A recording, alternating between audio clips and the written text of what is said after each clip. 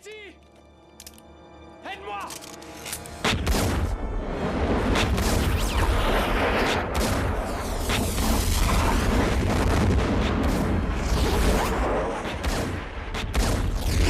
Ah là là, ça va beaucoup diviser, mais quel doigt d'honneur à l'industrie quand même. Hello there.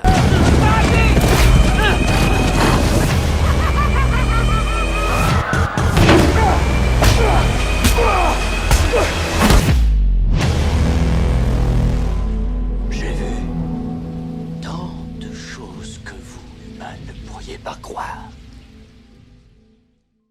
Salut tout le monde, c'est Mehdi, j'espère que vous avez la forme. On se retrouve aujourd'hui pour parler d'un film qui fait suite à une trilogie très culte, un film très attendu, j'ai nommé Matrix Résurrection.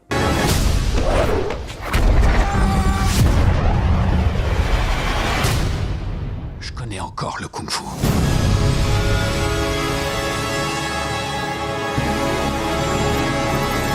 Matrix Résurrection est le 4e film de la franchise à succès et c'est réalisé par Lana Wachowski et sans son binôme Lily cette fois. Et au casting, on va bien évidemment y retrouver Keanu Reeves et Carrie-Anne Moss, mais on aura aussi Yahya Abdul-Mateen, Jonathan Groff que personnellement j'ai découvert dans Mindhunter, Jessica Henwick et Neil Patrick Harris. Et pourquoi tu roupilles dans notre baignoire? Les mailles empêchent le costume de se froisser. Alors, résumer l'histoire sans spoiler, ça va être extrêmement compliqué, donc je vais être le plus vague possible. En gros, le scénario va traiter et jouer avec le sentiment de déjà-vu, où rêve et réalité vont énormément se mélanger pour Thomas Anderson alias Neo, et notre protagoniste principal va tenter de démêler tout ça afin de récupérer Trinity. Je pense vraiment que je tiens le bon bout en disant ça comme ça parce que, en vrai, c'est plus compliqué que ça, mais j'ai pas envie de gâcher l'expérience pour celles et ceux qui n'auraient pas vu le long métrage. Parce qu'il faut dire que les bandes annonces, ça c'était quand même assez anecdotique au niveau du scénario. Alors, verdict, qu'est-ce que j'ai pensé de ce 4e opus? Alors déjà, de base, il faut savoir que je ne suis pas du tout fan quand Hollywood nous ramène des franchises des années après, parce qu'en général, c'est pas bon du tout. Et on a eu le cas avec le dernier Ghostbusters en date. Eh bien, écoutez, ce Matrix 4, j'ai mangé une petite claque, hein. Nous ne le savons pas, mais nous sommes tous prisonniers de ces étranges boucles temporelles. Déjà, le premier truc qui va vous sauter aux yeux, c'est que Lana Wachowski, elle connaît son univers. Elle maîtrise son sujet à la perfection. Elle connaît ses personnages, et personne d'autre que les Wachowski pouvait réaliser un Matrix de toute façon, je pense. Et le fait que ce soit Lana, déjà toute seule, elle gère de ouf, mais bordel, ça transpire l'amour pour cette saga. Tout est cohérent, tout est fidèle au film d'origine. Et c'est déjà un énorme point positif pour moi. On va d'abord parler rapidement du scénario. Je l'ai trouvé extrêmement surprenant, et je pense que c'est pour ça que ça va énormément diviser. En fait, c'est vraiment au début du film que vous allez soit adhérer complètement au délire, soit complètement décrocher. Il y a vraiment un choix très fort qui va pousser le film dans une direction qui peut déplaire. Et ça, je peux le comprendre absolument. Mais personnellement, j'ai adoré la prise de risque au niveau du récit. Pour moi, on n'est pas juste face à une banale suite, juste là pour faire plaisir. Non, le film existe parce que le film a quelque chose à raconter, et surtout quelque chose d'intéressant à raconter, il faut préciser. Et le récit, la narration, ouais, j'ai trouvé ça ultra cohérent et ultra bien ficelé. De toute façon, sachez qu'absolument toutes les questions que vous vous poserez avant de voir l'œuvre auront une réponse. Comment c'est possible? Pourquoi? Toutes les réponses sont dans le long métrage. Et ces réponses vont arriver par des révélations à travers les dialogues ou via des séquences ultra fortes. Pour rester sur la mise en scène, comme je l'avais dit sur Twitter, et à titre comparatif, le plan d'ouverture de Matrix Résurrection est plus inventif que l'intégralité de Spider-Man No Way Home.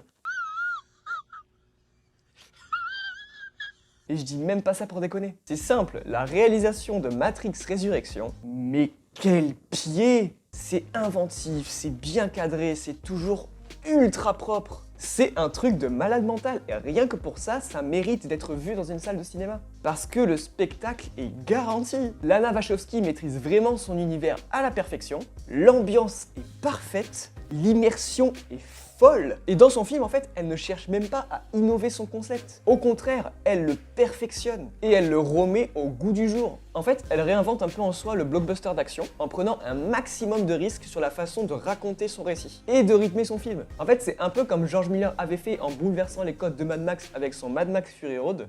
Soyez témoins! Ça chamboule les codes de l'industrie, mais ça les chamboule dans le bon sens. Et qu'est-ce que c'était bien! C'est un vrai vent de fraîcheur. Et le nombre de séquences déjà cultes, mais c'est fou! Vous imaginez pas combien. Je vous le dis, mais vous en faites pas, c'est sans spoiler, le final du film, il va vous retourner la tête. Vous allez en prendre plein la vue.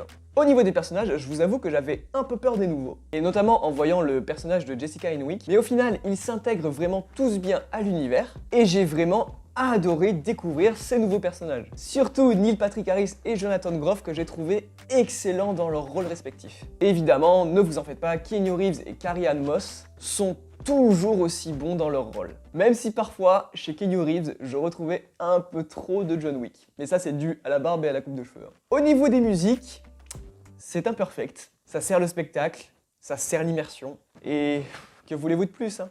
Gros point positif encore. Putain, mais je me rends compte que j'ai vraiment pas noté de points négatifs. J'en ai pas, je n'arrive pas à en trouver. Vous l'aurez compris, j'ai passé un excellent moment devant ce Matrix Résurrection. J'ai adoré cette suite, j'ai adoré me replonger dans l'univers de Matrix et dans la globalité, et j'ai pris un pied monstre. C'est sans conteste un de mes films préférés de l'année et je suis heureux de voir que ça divise et que ça fait parler parce que pour moi, c'est ça la marque des grands films. J'ai sûrement passé ma vie entière à vous attendre. Voilà, c'en est tout pour cette petite critique de Matrix Résurrection. J'espère comme d'habitude qu'elle vous aura plu. Si c'est le cas, le pouce bleu, ça fait plaisir, c'est la récompense. Si vous êtes nouveau ou nouvelle, n'hésitez pas à vous abonner en activant la cloche. Vous pouvez me retrouver sur absolument tous les réseaux qui s'affichent actuellement sur votre écran. Et nous, on se retrouvera très prochainement pour mon top et flop de l'année, mais aussi pour la critique du prochain Kingsman qui arrive mercredi prochain. Je vous dis donc à très vite pour une nouvelle vidéo, mais d'ici là, portez-vous bien.